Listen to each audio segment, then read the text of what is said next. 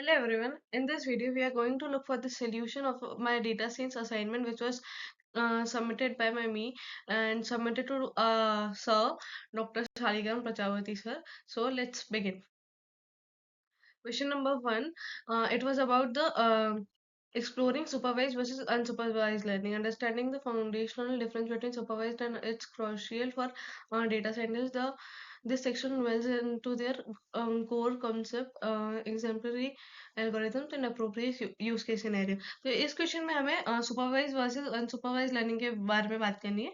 Supervise learning मतलब learning with डीपल data guided by outcomes, और जो सुपरवाइज्ड लर्निंग होती है उसमें हम pattern like discovering patterns and structure and unlabelled data. तो सुपरवाइज लर्निंग में ऐसा होता है कि डेटा गिवन रहता है, लाइक डेटा गिवन रहता है और उसके लाइक उससे गाइडेड होते हैं हमारे जो आउटकम्स होते हैं वो नॉन होते हैं. लाइक जैसे हमने कुछ डेटा दिया, लाइक ये थोड़ा लेबल डेटा है, इसके हिसाब से हम लोगों ने आउटकम निकाला. और जो सुपरवाइज डेटा है उसमें हम डेटा दिया, उसमें पैटर्न्स उसमें से खुद ब खुद डिस्कवर किए और उसके हिसाब से अ, जो पैटर्न्स थे वो डिस्कवर किए. जैसे कि हम देखें, जो इनपुट डेटा होता है सुपरवाइज लर्निंग में वो होता है लेबल डेटा, और जो अनसुपरवाइज लर्निंग में होता है वो होता है unlabel data. Like label data और unlabel data is like label data में है ना, जैसे कि जो इनपुट है उसका like output expected output output already साथ में रहते हैं कि लाइक एक लेबल रहता है कि लाइक ये उसका एक्सपेक्टेड आउटपुट रहता है. बट लेबल डेटा में बस डेटा रहता है, उसमें से हमें पैटर्न्स और पैटर्न्स को आइडेंटिफाई करना होता है. जैसे कि एनालॉजी अगर हम समझे कि लाइक ये कैसे होता है, इनपुट डेटा में लेबल डेटा होता है और इसमें अनलेबल डेटा होता है, जिसमें कि लाइक आउटकम्स कोई लाइक फिक्स नहीं रहते हैं कि लाइक आउटपुट या लाइक कोई लेबल नहीं दिया रहता कि लाइक ये आउटपुट होगा.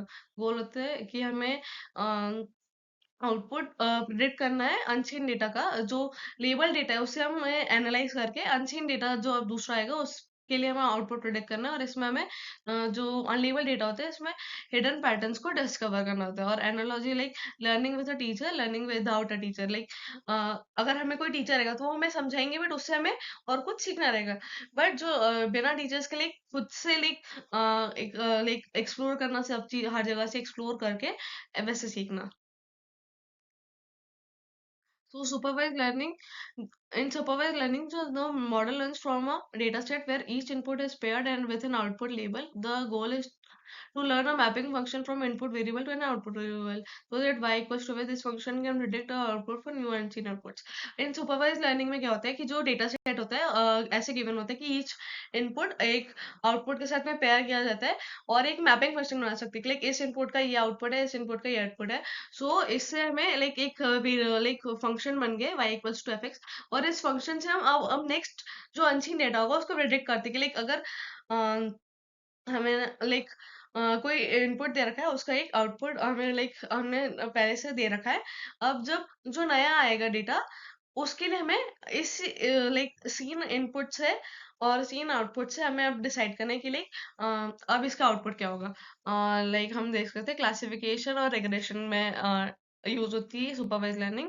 Predicting discrete levels, predicting continuous values के लिए जो कंटिन्यूस वैल्यूज और डिस्क्रीट लेवल्स है उनको प्रेडिक्ट करने के लिए यूज होती है supervise learning.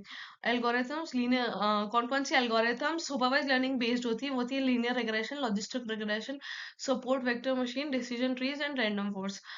While unsupervised learning deals with unlabeled data, aiming to discover hidden patterns, structures, or relationship within the data without explicit guidance, it's often used for exploratory data analysis. Unsupervised learning में जो data होता है वो unlabelled data होता है, उसमें हमें hidden patterns और स्ट्रक्चर्स और relationship with in the data हमें ढूंढना पड़ता है कि लाइक क्या पैटर्न्स और स्ट्रक्चर्स और क्या रिलेशनशिप हम ढूंढ सकते हैं डेटा के अंदर अंदर.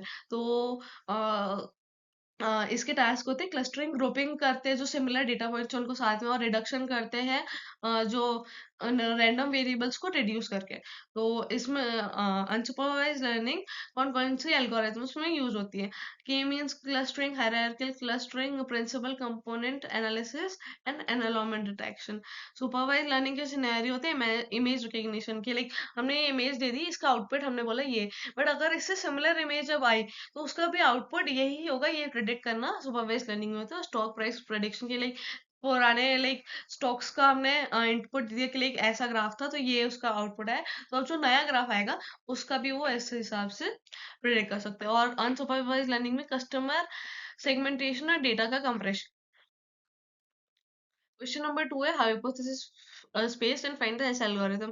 In machine learning, finding the right hypothesis is key to making accurate prediction. Find the S algorithm offer a method to identify the most specific hypothesis consistent with positive uh, training example. तो हमारा question number two है hypothesis space हमें given है और हमको S algorithm find करनी, find the end find S algorithm पे हमें वर्क करना है, ठीक है।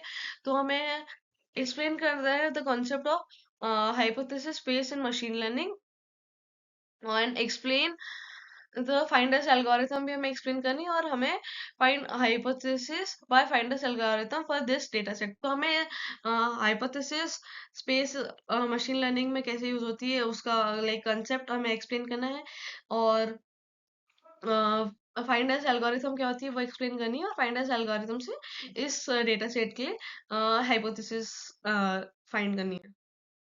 So, understanding the hypothesis space. Hypothesis space is a fundamental concept in defining the real and possible explanation of model can consider when learning from the data. Hypothesis space हम कह सकते हैं मशीन लर्निंग में ये होता है कि like एक हमने डिफाइन कर दिया कि लाइक पॉसिबल एक्सप्लेनेशन इतने हम दे सकते हैं मॉडल को that can consider learning from the data. Hypothesis space the set of all hypothesis that the learning algorithm can each hypothesis is a potential explanation for the observed data. The hypothesis are mapping function for input features to an output prediction. It's the model guess at the underlying relationship of the data. Hypotheses are typically represented using values for attribute, wildcards, or null value depending upon the algorithm designs. Specific value or a concrete value of for an attribution example blue indicates that any value for that attribute is acceptable. Null signifies that no value for the attribute is acceptable, often used in initial hypothesis. The finder's algorithm, a specific approach. The final algorithm is a specific yet effective method for concept learning and constraint hypothesis based. It focuses on finding the most hypothesis consistent with the positive training example. Purpose of this algorithm is to find algorithms aims to identify the most specific hypothesis that perfectly covers all the positive examples in the training data set while ignoring the negative examples. Step 1 is initialization. Initialization the hypothesis as to the most specific value of the possible hypothesis. This is the typical represented by a combination of null values of the positive example. Step 2 iteration over positive example. For each positive example in the training data, compare the current hypothesis with the example. If an attribute in an H does not match the example, generalize H by replacing the H attributes value with the wildcard. Ignoring negative example, the algorithm explicitly ignores the negative examples. These examples are used in other algorithms like candidate elimination to refine the hypothesis further, but not in finders. Final hypothesis. After processing all the positive example, the resulting H is the most specific hypothesis consistent in the positive training data. Applying the fine S algorithm to this data set. Initial hypothesis क्या मैंने table ये रही। Let's walk through the इसका अब हम step by step like देखेंगे। पहले हमने हाइपोथेसिस टेबल ऐसे बनाई है and then हमने interpret किया जो final hypothesis. After interpreting through all the positive example using the finance algorithm, we arrive at the most specific hypothesis consistent with the observed data. Final hypothesis is equals to Japan. Economic interpretation, the final hypothesis suggests a car is classified a positive if it meets two specific criteria regardless of the characteristics. Origin, the car must be from Japan. The car must be an economy model. The wildcards for manufacturer color indicates that these attribute does not affect the whether the car is classified as positive according to the hypothesis. So final hypothesis हमारी ये है कि जो car का origin है वो Japan से होना चाहिए और उसका मॉडल जो होना चाहिए इकोनॉमी होना चाहिए। बाकी उसका मैन्युफैक्चरर कलर और लाइक डेकेड ये कुछ भी ये लाइक कंट्रीब्यूट नहीं कर रहा है उसके पॉजिटिवनेस में, कि लाइक उसके पॉजिटिव होने पे मैन्युफैक्चरर क्या है, उसका कलर क्या है, उसका और लाइक क्या डेकेड है, उससे कुछ इंडिकेट नहीं हो रहा है पॉजिटिवनेस के लिए। तो हमारी कार के लिए अगर कार के लिए एक पॉजिटिव रिव्यू आ रहा है तो वो उसका यही पॉइंट है कि ये वो जापान से होनी चाहिए और उसकी टाइप होनी चाहिए economy. Question number third, the role of training test and validation. तो हमारा प्रॉब्लम स्टेटमेंट ये है कि explain the purpose of training test and validation in machine learning. What is cross validation? How does it differ from simple train validation test split? तो purpose of data sets हमारा like training set, validation set और test set. हमारे purpose of data sets क्या होते हैं? Training data used to train the model, allowing it to learn the patterns and relationship from the data. Training set का क्या use होता है कि वो हेल्प करता है मॉडल को ट्रेन करने में और पैटर्न को and allowing it to learn the like patterns को, like model training data set को यूज करके पैटर्न्स लर्न करता है और रिलेशनशिप बनाता है डेटाज में। और validation use for hyperparameter turning in model selection, preventing overfitting the training data, like to prevent use the used for hyper like parameter. और जो वैलिडेशन होता है उसमें हम लाइक वैलिडेशन सेट हेल्प करते हैं कि लाइक जो ओवरफिटिंग ना हो सके, ओवरफिटिंग ना हो जाए ट्रेनिंग डेटा की। Test set provides a final unbiased evaluation of the model performance on unseen data simulating real world scenarios. Like ये फाइनल और अनबायस्ड एवेल्युएशन होता है मॉडल का परफॉर्मेंस का, और कि अनसीन डेटा पे क्या है और वर्ल्ड रियल वर्ल्ड सिनेरियोज में ये कैसे वर्क कर रहा है। Cross validation, enhancing model reliability. While a simple train validation is useful, cross validation offers a robust method for evaluating performance, model performance, especially with limited data. मतलब जो हमारी train validation test थी ना वो useful तो है, but जो cross validation है वो ज्यादा ही रोबस्ट मेथड है और लिमिटेड डेटा के लिए तो ये बहुत ज्यादा अच्छा है। डेटा स्प्लिट डेटा, ये जो डेटा को है के इक्वल साइज में डिवाइड कर देता है। आइटरेटिव ट्रेनिंग, जो मॉडल है वो के टाइम्स ट्रेन होता है। In each iteration hold access the test set and the remaining K minus use for training. Like जैसे अभी हमने डिसाइड देखा कि लाइक कैसे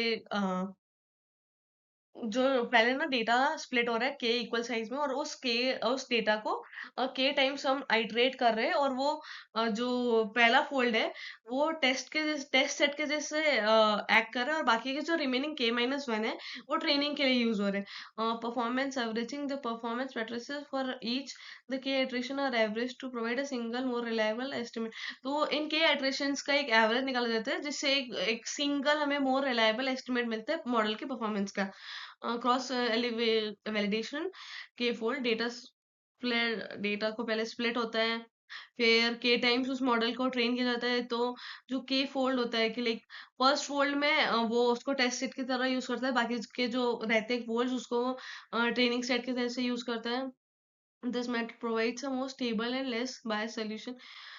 तो इसमें रोबस्टनेस इसलिए आ गई क्योंकि इसका जो डेटा है वो स्टेबल रहता है और उसमें बायस्ड एस्टिमेट कम हो जाते हैं।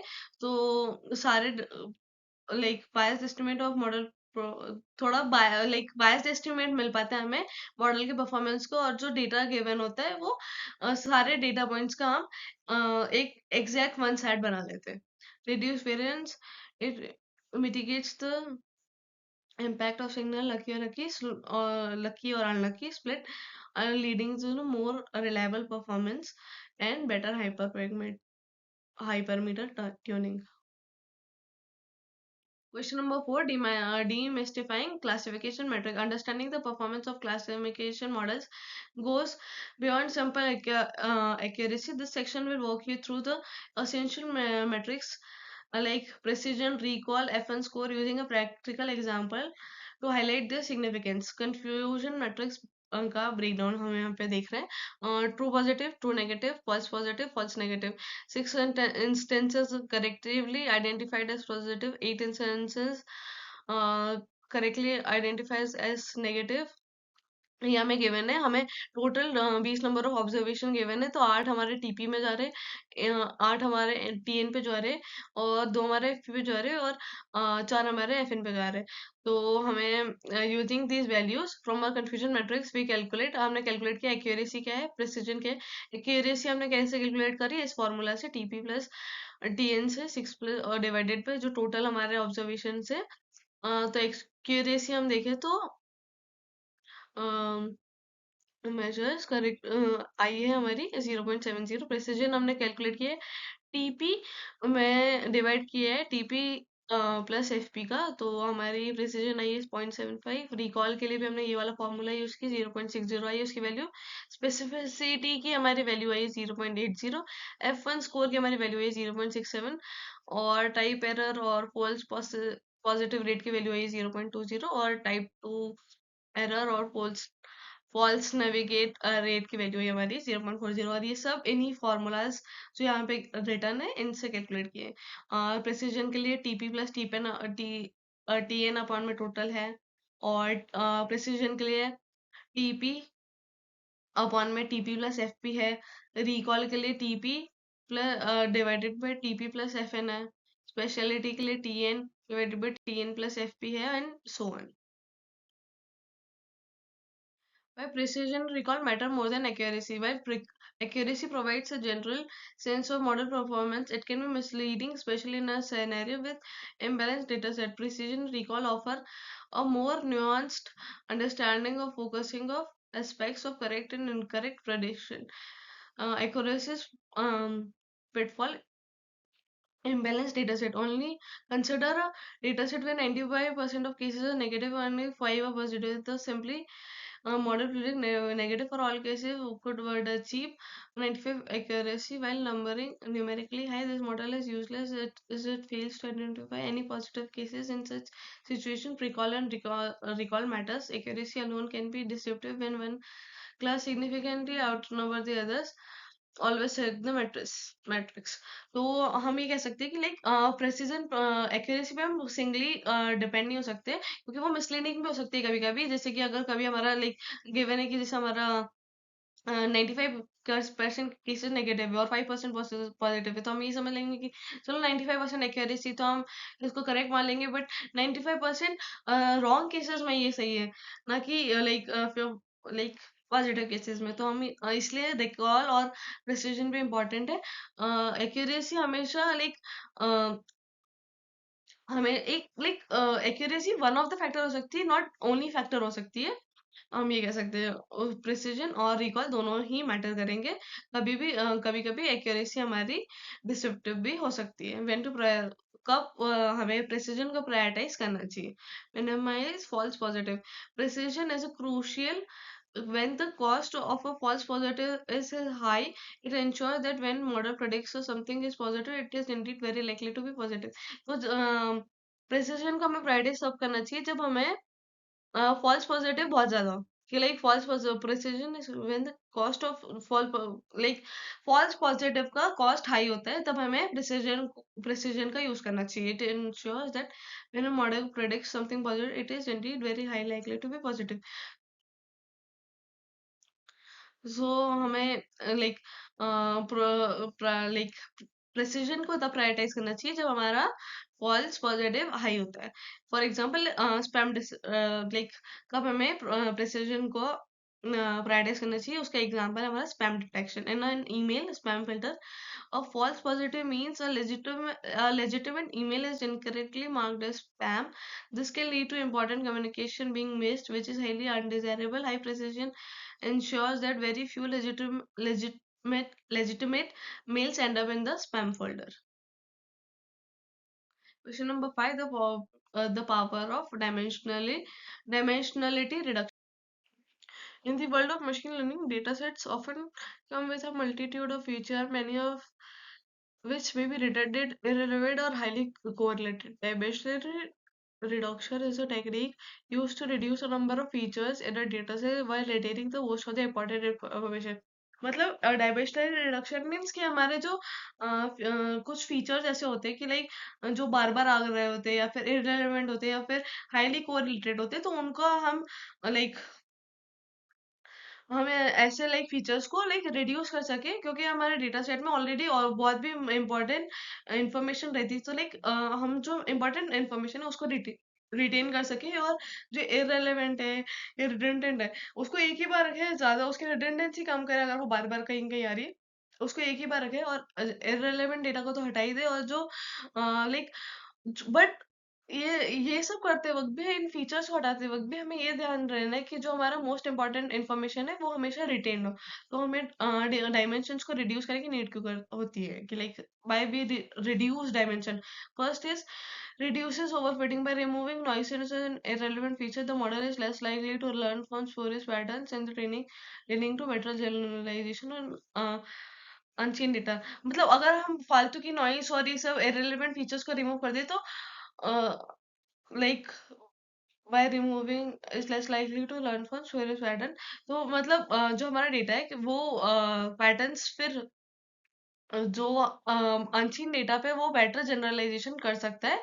जो हमारा डेटा है कि लाइक बिना फालतू के डेटा पे फालतू के पैटर्न्स नहीं ढूंढ के, जो एक्चुअल काम है, लाइक काम के पैटर्न से वो निकाल के बेटर जनरलाइजेशन कर सके हमारे अनसीन डेटा पे। Reduces computation time.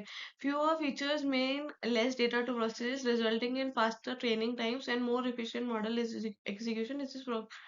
पर्टिकुलरली एक हिसाब से देखें तो कंप्यूटेशन टाइम कम होगा, क्योंकि फीचर्स कम होंगे तो डेफिनेटली ट्रेनिंग में कम टाइम लगेगा। तो जो फालतू के फीचर्स जिनको कोई यूज ही नहीं है, जिनको कैलकुलेट करना है, लाइक उनके पीछे कोई एग्जीक्यूशन हो, इनके पीछे कोई लाइक कोई भी प्रोसेसिंग हो, तो इसलिए अगर फीचर्स कम होंगे जो कि किसी काम के भी नहीं है, तो फिर हमारा मॉडल काफी एफिशिएंटली वर्क कर सकता है। Remove noises. High dimensional data often contains inherited noises and dimension filter out these noises।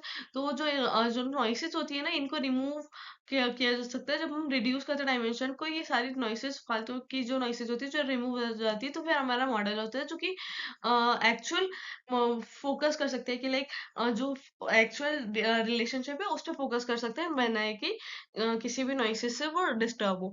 Enhance visualization. Data is highly dimensional is possible. By reducing data to 2 or 3 dimension, we can plot and understand its structure, identify clusters, and gain insights that might otherwise remain hidden. Feature selection versus feature extraction. Dimensional reduction can be achieved through two primary approaches. जो ये हमने अभी reduction की बात करी, ये दो approaches से हो सकते हैं, फीचर सिलेक्शन और फीचर एक्सट्रैक्शन से। दोनों ही सही होते हैं, बट देखते हैं दोनों लाइक दोनों में थोड़ा बहुत डिफरेंसेस रहते हैं कि क्या क्या डिफरेंसेस रहते हैं, वो भी हम समझते हैं। Feature selection involve choosing a subset of the original feature. जो ओरिजिनल फीचर है उसका सबसेट हम लेते हैं इसमें फीचर फीचर सिलेक्शन में हम सबसेट में से लेते हैं, जो ओरिजिनल फीचर्स होते हैं उसके सबसेट में से जो हमें काम के होते हैं, वो हम लाइक उन जो फीचर्स को हटाना होते हैं उनको देखते हैं। Select subset of original, like original वाले में से देखते हैं, और हाई इंटरप्रेटेबिलिटी की like original feature kept it's easy to understand what feature represent and its impact बड़ा, लाइक कि इससे ये रहेगा कि जो ओरिजिनल फीचर्स है वो अपने आप आपस में पड़े रहेंगे, लाइक ऐसे लाइक डर रहता है कि लाइक जो ओरिजिनल फीचर्स है वो कहीं लॉस्ट हो जाए, तो इसमें रहेगा कि जो ओरिजिनल फीचर्स है वो लॉस्ट ही हो रहे हैं। Recursive feature elimination iteratively removes the weakest features until the optimal subset is found। इसके एग्जाम्पल से lesser regulation and filter methods। और feature extraction transform the original into a new smaller sets of feature। There are these new features are often combined or projections of the original feature creates a new transform features like original features into new. तो जो feature extraction होती है, जो उसमें से जो पुरा original features में से न्यू फीचर्स को, उसमें से स्मॉलर सेट ऑफ फीचर्स को निकाल के एक न्यू फीचर क्रिएट करता है। और जो हमारे जो न्यू फीचर्स होते हैं वो कंबाइन हो जाते हैं, जो प्रोजेक्शन होती है हमारी ओरिजिनल वैल्यूज की। Creates a transform feature. एक नया ट्रांसफॉर्म फीचर क्रिएट हो जाता है, और ना कि जो प्रेजेंट वाले से हम डायरेक्टली करते हैं ये सब। ओरिजिनल वाले से ये डिराइव्ड होता है। Lower interpretability the view may not be clear, जो नए फ्यूचर होंगे मैं शायद से नहीं क्लियर हो, क्योंकि जो पुराने वाले भी थे वो तो वैसे के वैसे ही थे, तो हम समझ पा रहे थे कि कौन सा क्या है। बट अभी थोड़ा दिक्कत आ सकती है समझने में, कि इंटरप्रेट करने में, कि लाइक कौन सा फीचर किस चीज के लिए। और इसके एग्जांपल है principal component analysis, linear discriminant analysis and auto encoders, क्योंकि डीप लर्निंग का पार्ट है हमारा। Question number 6, understanding and mitigating model imperfection, defining overfitting and underfitting in the concept of machine learning. Describe how these issues can be identified and list strategies to prevent mitigate them. तो overfitting और underfitting का क्या like होता है हमारे machine learning में, वो हम समझ रहे हैं। Overfitting the over learner, underfitting the under performance.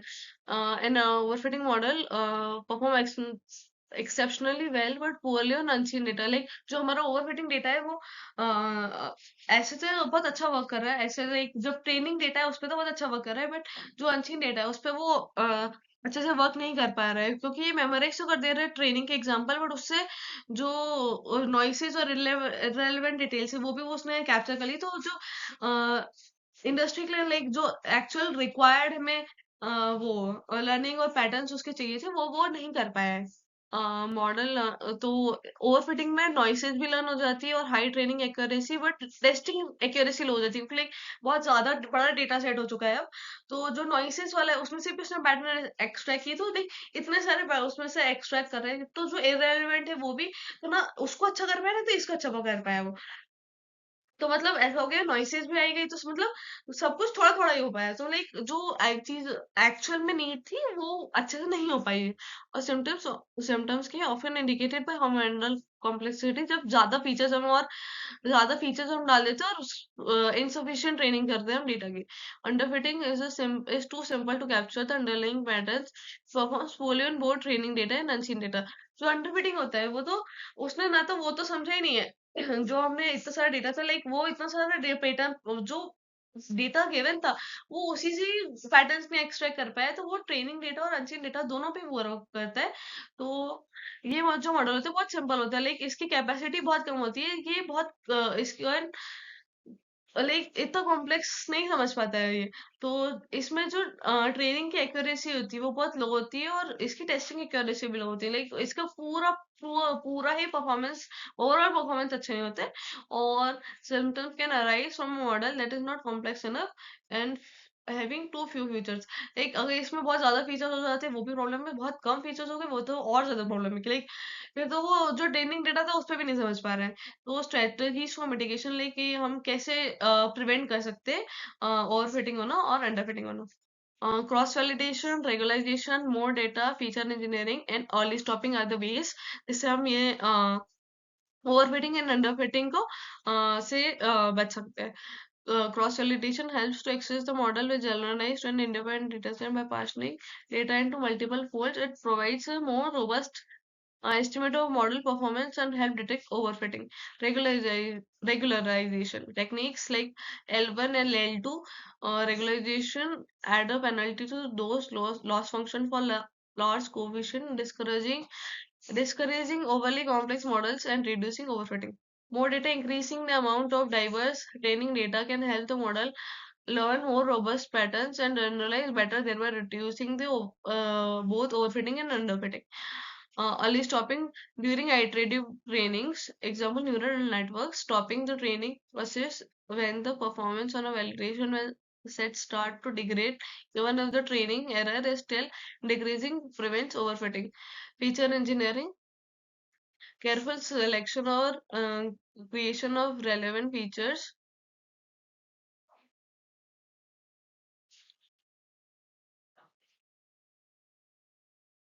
Question number 7, logistic regression versus linear regression. हमें रेफरेंस बताना है लॉजिस्टिक और लीनियर रिग्रेशन के बीच में on the base of hypothesis, parameter and cost function, और कैसे ग्रेडियंट डिसेंट एल्गोरिथम यूज होती है to optimise the parameter.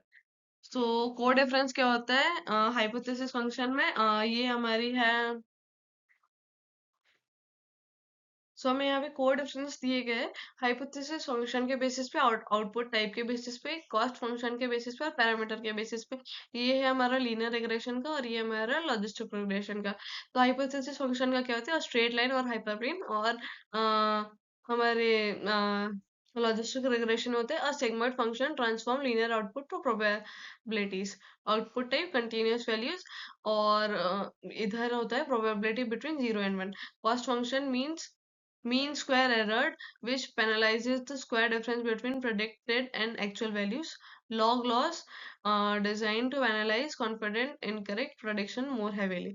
Model parameters are typically weights and bias. Model parameters are also weights and bias, but they are learned to optimize the sigmoid output for classification. Optimization with gradient descent. Gradient descent is a powerful iterative optimization algorithm used to identify the minimum of functions such as the cost function in both linear and logistic regression. Its goal to minimize the difference between the predicted and actual value by adjusting the model's parameter weights and biases. Initialize parameters. Start with arbitrary initial values for the model weights and bias. Calculate gradient. Compute the gradient of the cost function with respect to each parameter. The gradient points in the direction of the steepest ascent. Update parameters. Adjust the parameter in the opposite direction of the gradient by a small step size controlled by the learning rate alpha. This is the formula for that, where c is the constant function and partial c derivative partially is its partial derivative with respect to w. Iterative convergence. Repeat step 2 and 3 until the parameter converge or maximum number of iteration is reached. Question number 8. This is the Python implementation for regression model. We have imported NumPy and Pandas from scikit-learn model and all. So this is the code for logistic regression. So यहाँ पे हमारा sample data set है और ये हमारा model यहाँ पे model की ट्रेनिंग का कोड है, यहाँ पे प्रिडिक्शन के लिए कोड है, यहाँ पे इवैल्यूएशन मैट्रिसेस बन रही है, सैंपल डेटा सेट है, रिग्रेशन के एग्जांपल है ये, और स्प्लिट किया भी हमने डेटा सेट को, फिर ट्रेन हुआ है मॉडल, फिर हमने प्रिडिक्ट किया और फिर रिग्रेशन मैट्रिसेस बनी है। सो ये था इसका कोड। और अब है क्वेश्चन नंबर 19। मैंने लर्निंग कैन हमें the concept of hot encoding के बारे में बात कर रहे हैं। One hot converts value into a new value.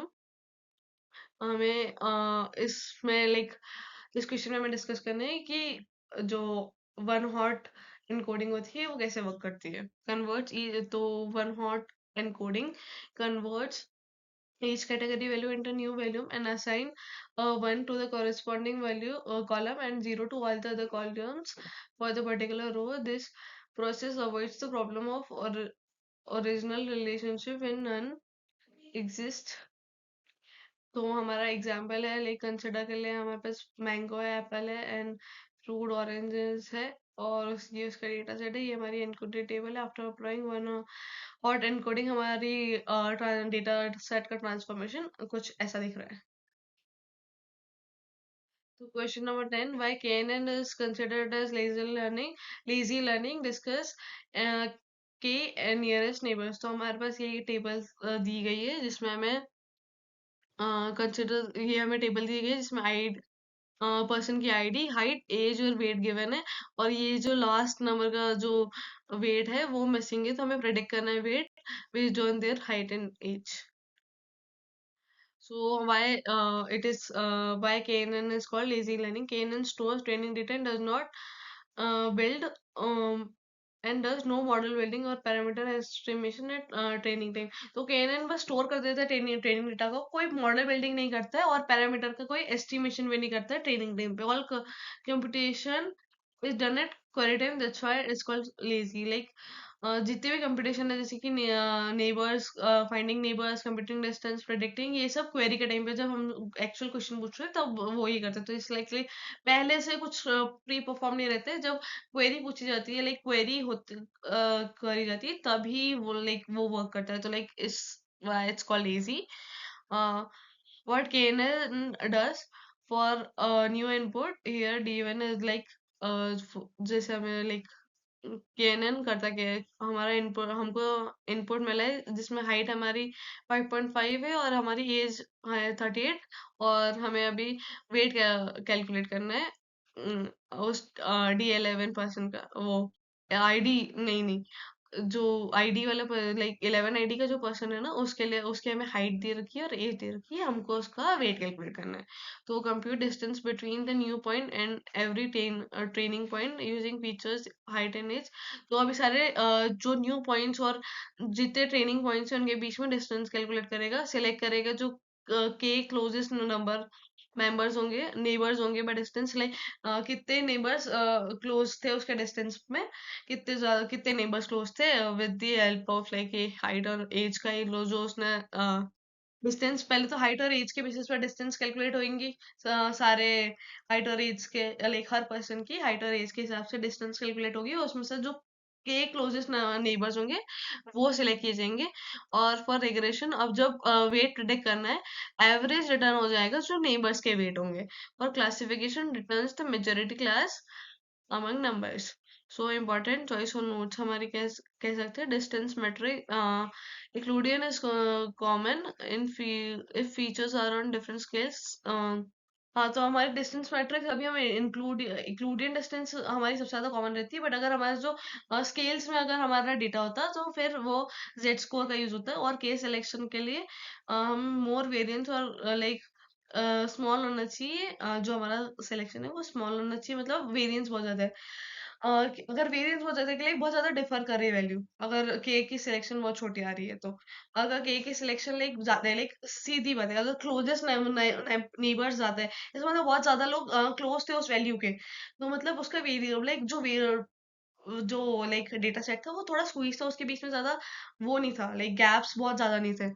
और के जो होता है हमारा सेंसिटिव टू नॉइज होता है, और लार्जर के मतलब बहुत स्मूथर प्रेडिक्शन मिल जाएगा, नहीं बहुत ज्यादा के मतलब सबका लाइक हम ये समझ सकते हैं डेटा बहुत कंसिस्टेंट है, तो हम उस हिसाब से बहुत इजीली प्रेडिक्ट कर सकते थे। तो use to avoid guys for classification, तो weighted KNN optionally weight neighbors by inverse distance, so close neighbors influence prediction more. So weighted KNN optionally होता है कि like weight neighbors by inverse distance, कि like जो neighbors होते हैं उसको weighted कर देते हैं हम inverse और distance से, to get the closer neighbor कि जिसका prediction सबसे ज्यादा important रहेगा। For this problem, we will compute using height and age, standardize these features because age scale is much larger than height. तो अभी हम पहले तो हम नॉर्मलाइज करेंगे एज स्केल, क्योंकि बहुत ज्यादा बड़ी हाइट स्केल से, तो अभी हम इसको नॉर्मलाइज करेंगे हाइट और एज को। तो जो हमारा डेटा है वो जो हमारा क्वेश्चन में गिवन था, फिर हमने उसको स्टैंडर्डाइज किए, तो हम स्टैंडर्डाइज करे तो हमने मीन और स्टैंडर्ड डेविएशन पॉइंट्स निकाले हैं। तो जिसमें मीन आया हमारा 5.411, स्टैंडर्ड डेविएशन आया 0.358, और एज का मीन आया है 31.3, और स्टैंडर्ड डेविएशन आया है 7.44। ये कंप्यूट करी गई हमारे टेबल के थ्रू, और अब हम इन्हें कन्वर्ट किया है हाइट और एज को जेड स्कोर्स में, ताकि क्योंकि एज जो है बहुत लार्जर स्केल है और वो डोमिनेट ना कर जाए, इसलिए नॉर्मलाइजेशन किया गया है जेड स्कोर के थ्रू। फिर हमने इंक्लूडियन डिस्टेंस कैलकुलेट करी है इन स्टैंडर्डाइज फेज फॉर ID11, जिसकी एज और लाइक जिसकी हाइट और एज गिवन है यहाँ पे। तो क्लोजेस्ट नेबर इसके थे ID10, ID6, ID3, ID4 and ID8। तो हम लोगों ने ID6, 10 और ये इसके क्लोजेस्ट मेंबर है, जिसकी डिस्टेंस ये रही, और इसके बाद के जो पॉइंट्स है वो बहुत दूर है, तो हमने प्रेडिक्ट किया है, predict weight using KNN regression, choice equals to K equals to 3, commonly used. एक हिसाब से देखें तो ये क्लोजेस्ट है हमारे 5 है, तो लाइक जो अगर हम लाइक जब स्मॉलर डेटा सेट होता है तो एवरेज निकाल पाना थोड़ा मुश्किल रहता है, लाइक आंसर निकालना थोड़ा मुश्किल रहता है। जब ज्यादा बड़ा डेटा सेट है तो थोड़ा स्मूथ हो जाता है, तो हम अरे बस दो ऑप्शन है, या तो हम के इक्वल्स टू 3 से कर सकते हैं, या तो हम के इक्वल्स टू 1 से कर सकते हैं, या फिर हम के इक्वल्स टू 5 से कर सकते हैं, तो एक के इक्वल्स टू 1 से कर सकते हैं। के इक्वल्स टू 3 से जो स्टार्टिंग के तीन क्लोजेस्ट थे 10, 6 और 3, और हमने इनका टोटल करके एवरेज लिए जो कि आ रहा है 57.7। और या तो हम ये कर सकते हैं कि बाकी के 500 का कर सकते हैं, सारे के सारे 5, 10, 6, 3, 4, 8 इन सबका मीन पूरा लाइक टोटल करके एवरेज निकाल दिया, या फिर हम जो नियरेस्ट नेबर है जो कि हमारा ID10, उसके उसका जो वेट है, जो उसका लाइक वेट जो है 58, हम या तो वो कर सकते हैं। तो एक हिसाब से देखें तो ये सारी ही वैल्यूज 58 के ही क्लोज आ रही है, तो लाइक 58 पॉइंट समथिंग ही वेट हो सकता है, प्रेडिक्ट करने पे आ रहा है उस पर्सन का। So that's it, thank you for watching.